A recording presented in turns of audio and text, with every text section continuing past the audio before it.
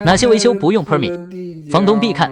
30秒讲清楚。第一类，管道，像马桶更换、水龙头、花洒、劈踹、垃圾处理器、洗衣机水阀，这些常规更换都不用 permit， 只要不改动管线、不移动位置。第二类，电器、灯具、开关、插座、GFC， 更换浴室排风扇都不用 permit， 但新增插座、拉新线路、电箱升级就一定要。第三类，一般维修，室内油漆、地板更换、踢脚线、橱柜、台面、drywall 小 patch 都不用 permit， 屋顶小 patch 也不需要。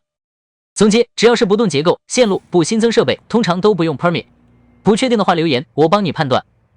Peter Gan 专业地产团队，深耕 Sacramento， 管理数百栋房产，投资与贷款一站式服务。